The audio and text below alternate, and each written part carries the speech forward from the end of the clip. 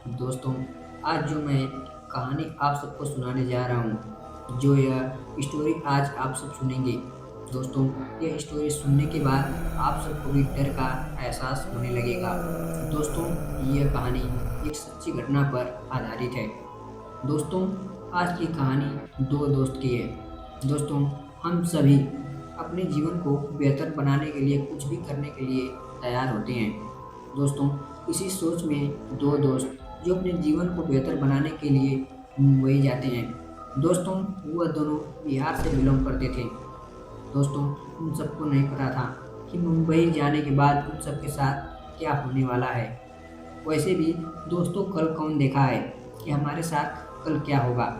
चलिए आगे हम कहानी में जानते हैं कि आखिर उन दो दोस्त के साथ ऐसा क्या होता है, ऐसी कौन सी खौफनाक घटना होती है। दोस्तों, ये दोनों दोस्त का नाम विशाल और मोनू था। दोस्तों, जो कि बिहार से बिलोंग करते थे। दोस्तों, ये सब एक नई सोच में अपने बिहार से मुंबई के लिए रवाना हो जाते हैं। दोस्तों, वह दोनों कुछ ही दिन में मुंबई पहुंच जाते हैं। दोस्तों, वहां जाने के बाद वह सब बहुत ही खुश थे कि हम सब भी पैसे कमाएंगे और अपने मम्मी पापा का ख्याल रखेंगे। पर दोस्तों, उन सब की सोच उन सब तक ही रह गई। जो जो उन सब ने सोचा था वैसा कुछ भी नहीं हुआ। दोस्तों, वह सबको काम तो आसानी से मिल गया, पर रहने के लिए रूम नहीं मिल रहा था। वह सब इधर उधर भटक रहे थे। रूम तो दोस्तों मिल रहा था, बट काफ़ी महंगा था, जिसका रेंट उन सब के बस की बात नहीं थी। फिर उनका मालिक, उनका सेठ जो था, उन सबको एक रूम बताता है, एक ऐसा घर बताता है जो घर शहर से 3 से 4 किलोमीटर दूर एक सुनसान इलाके में था। दोस्तों, मोनू और विशाल करते भी तो क्या, बेचारे उस रूम में, उस घर में जाने के लिए तैयार हो जाते हैं बिना मन के। दोस्तों, वह दोनों उस घर में जाकर हंसी खुशी रहने लगते हैं और काम पे आने जाने लगते हैं। दोस्तों, मुश्किल से 1 वीक बीता होगा। एक दिन मोनू के साथ एक छोटी सी घटना होती है। शायद इस घटना को अगर वह सब नज़रअंदाज, इग्नोर न करते तो शायद आगे कुछ नहीं हुआ होता।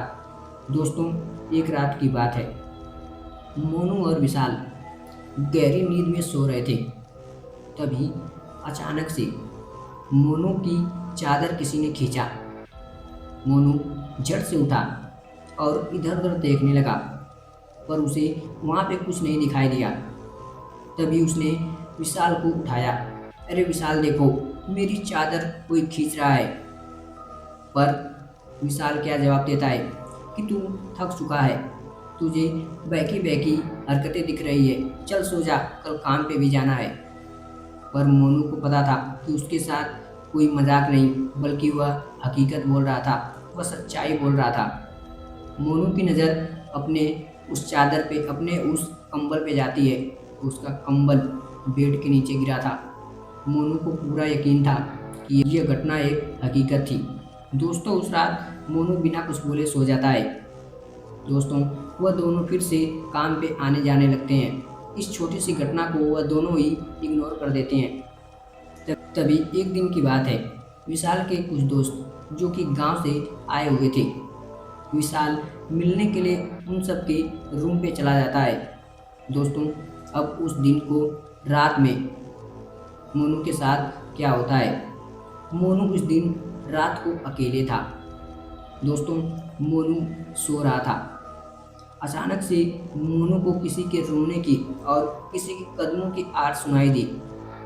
मोनू को तो पहले ये बहम लगा, पर आवाज़ें तेज होने लगी।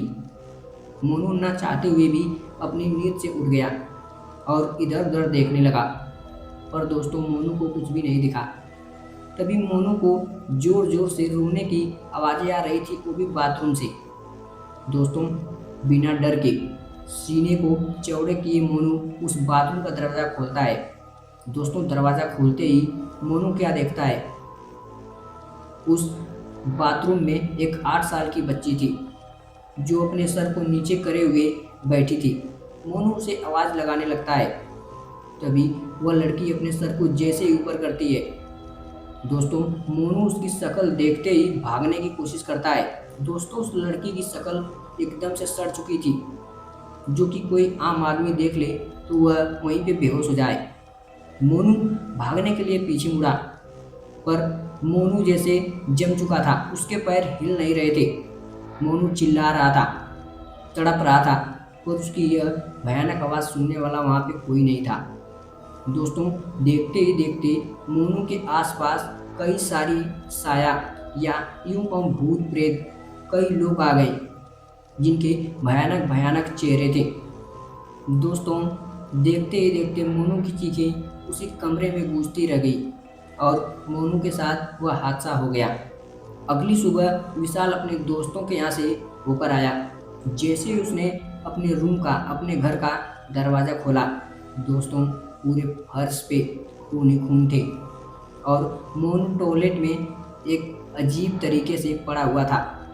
दोस्तों यह देखने के बाद वह ज़ोर से चिल्लाया। वहाँ पे कई लोग जुट गए। दोस्तों वहीं पे एक बुजुर्ग आदमी बोलता है कि यह घर कई सालों से बंद पड़ा था। इस घर में आज से 30 साल पहले एक घटना हुई थी। दोस्तों पूरे परिवार की मौत हो गई थी, वो भी एक अजीब तरीके से। तब से यह घर बंद पड़ा था। इस घर में तुम क्यों आए? तुम सबको नहीं आना चाहिए था। दोस्तों इस बात को विशाल सुनने के बाद ज़ोर ज़ोर से रोने लगा। विशाल ने कहा, हमारी गरीबी हमें यहाँ पे ले आई थी, नहीं तो कौन ऐसे घर में रहना चाहेगा। दोस्तों इस तरह से विशाल के दोस्त मोनू की बेतरीके से, एक दर्दनाक तरीके से मौत हो जाती है और विशाल हाथ मिस कर बेचारा वहीं पे बैठ जाता है। तो दोस्तों ये छोटी सी कहानी, यह रियल हॉरर स्टोरी अब यहीं पे समाप्त होती है।